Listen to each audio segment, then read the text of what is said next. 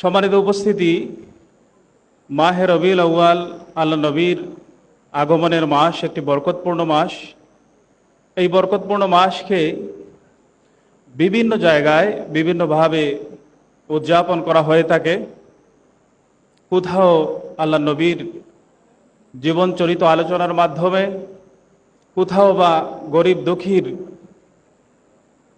দুঃখীকে আপ্যায়নের মাধ্যমে, শিরনির মাধ্যমে, কোথাও নফল ইবাদতের মাধ্যমে, আবার কোথাও আমরা দেখি যে আল্লাহ নবীর হিজরতের সময়ে মদিনাবাসী আল্লাহ নবী সাল্লাল্লাহু আলাইহি সাল্লামকে যেভাবে অভ্যর্থনা জানিয়েছিল, তারই আদলে রাস্তায় বেরিয়ে আল্লাহ নবী সাল্লাল্লাহু আলাইহি সাল্লামের ওয়ালাদত শরীফের শুকরিয়া আদায়ের মাধ্যমে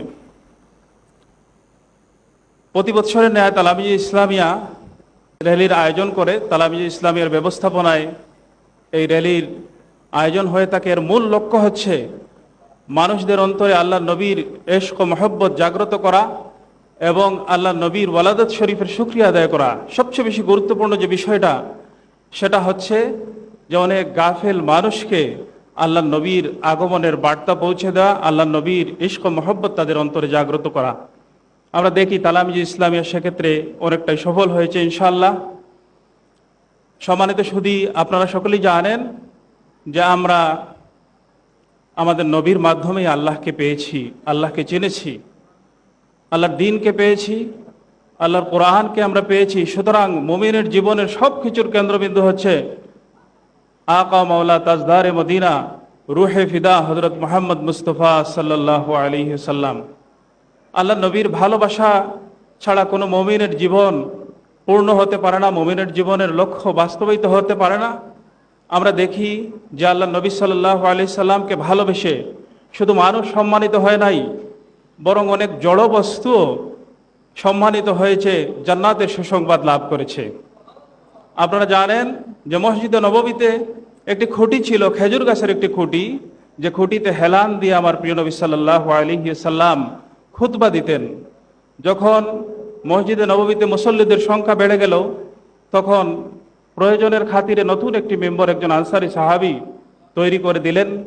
সেই খুঁটিতে যখন আল্লাহ নবী সাল্লাল্লাহু আলাইহি সাল্লাম খুতবা দিতে শুরু করলেন, তখন পুরাতন যে খুঁটিটি ছিল খেজুর গাছের, সেই খুঁটি থেকে কান্নার আওয়াজ ভেসে আসতে লাগলো।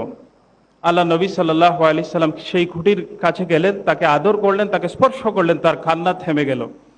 আমরা দেখি যে একটি জড় বস্তু, একটি প্রাণহীন খুঁটি আল্লাহ নবীর মহব্বতে সে সম্মানিত হয়েছে, জান্নাতের সুসংবাদ পেয়েছে। আপনারা জানেন যে হাদিস শরীফে এসেছে, আল্লাহ নবী সাল্লাল্লাহু আলাইহি ওয়াসাল্লাম ইরশাদ করেছেন যে উহুদ পাহাড় যাকে আমরা ভালোবাসি এবং উহুদ পাহাড়ও আমাদেরকে ভালোবাসে, একটি প্রাণহীন পাহাড়, যে পাহাড়কে আল্লাহ নবী সাল্লাল্লাহু আলাইহি সাল্লাম এর কারণে, ভালোবাসার কারণে সম্মানিত হয়েছে। আপনারা জানেন হযরত ওয়াইস করনী রহমতুল্লাহ আলাইহি খায়রুত তাবিন হয়েছেন আল্লাহ নবীর ভালোবাসায়। সিদ্দিক আকবর রাদিয়াল্লাহু তাআলা আনহু, হযরত আবু বকর সিদ্দিক রাদিয়াল্লাহু তাআলা আনহু সম্মানিত হয়েছেন আল্লাহ নবীর ভালোবাসায়। আল্লাহ নবী সাল্লাল্লাহু আলাইহি সাল্লাম কোরআনে কারিমে সিদ্দিক আকবর রাদিয়াল্লাহু তাআলা আনহুকে স্মরণ করেছেন সানিয়া ইসনাইনি ইয হুমা ফিল গার বলে, গুহার সাথী দুইজনের একজন বলে আল্লাহ নবী অভিহিত করেছেন। এর মূল কারণ হচ্ছে আল্লাহ নবী সাল্লাল্লাহু আলাইহি সাল্লামের প্রতি ভালোবাসা। তা আমরা বিশ্বাস রাখতে পারি আজকে আমাদের আয়োজন নগণ্য হতে পারে, এটা আল্লাহ নবীর সম্মানে এটা অত্যন্ত নগণ্য, কিন্তু আমরা এটা বিশ্বাস রাখতে পারি যে আল্লাহ পাক তার প্রিয় হাবিবের ইশক ও মহব্বতের কারণে আমাদের এই ক্ষুদ্র প্রয়াসটুকুকে কবুল করবেন ইনশাআল্লাহ।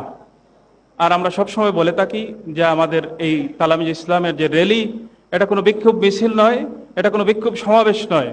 তাই আমরা অত্যন্ত শান্তিপূর্ণভাবে ভক্তি শ্রদ্ধা নিয়ে ভদ্র নম্রভাবে আমরা নগরী প্রদক্ষিণ করব, এই আশাবাদ ব্যক্ত করে র্যালি বাস্তবায়ন কমিটির সকলকে মোবারকবাদ জানিয়ে, উপস্থিত ছাত্র জনতা সকলকে মোবারকবাদ জানিয়ে আমার সংক্ষিপ্ত কথা শেষ করছি।